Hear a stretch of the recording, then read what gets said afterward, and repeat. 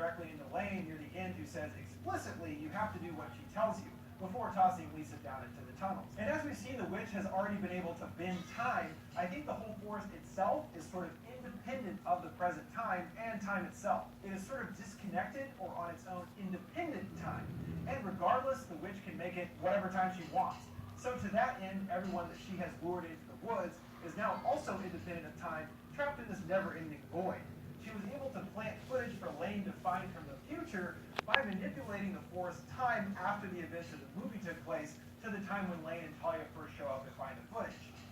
Get all that? This kind of time loop concept was also seen in a much more subtle fashion in the first movie. The house at the end belongs to Rustin Parr, but his house was actually burned down decades earlier, but it was still standing back in '94 and obviously still there now. So this is just one of many elements that reinforce that time is certainly on its own terms in the Black Hills Forest. The new movie just developed that much more substantially. Anyway, back in the cabin, Slender Witch is right behind Lisa, and she goes into a room reuniting with James. Where you been this whole time, bud? Just hanging out? And at one point, a huge light suddenly appears, filling through the slats of the windows. And just as quickly, darkness consumes the light. Some speculated this means the witch is actually an alien, and this was light from a spaceship. But I kinda hope not. This to me felt like the sun was coming up, finally turned into daytime.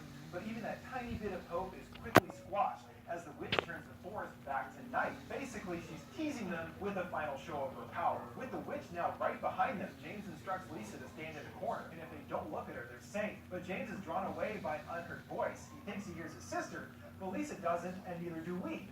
He turns around, and that's the end of him. Lisa slowly makes her way backwards through the house, careful to look behind her with her camera. Then she hears James's voice, and before thinking, turns around.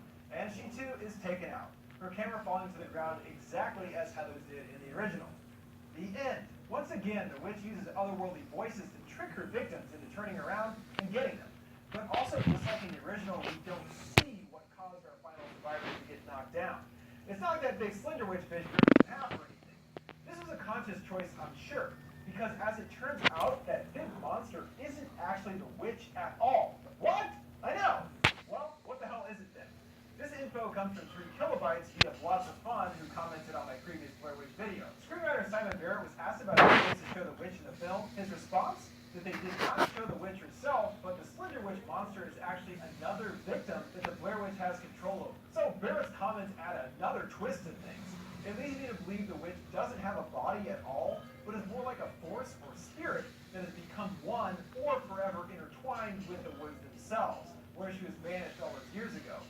She is able to control the woods and additionally can sort of brainwash her victims through voices that only they can hear, forcing them to bend to her will. She needs others with physical bodies to help lure in new victims to her woods.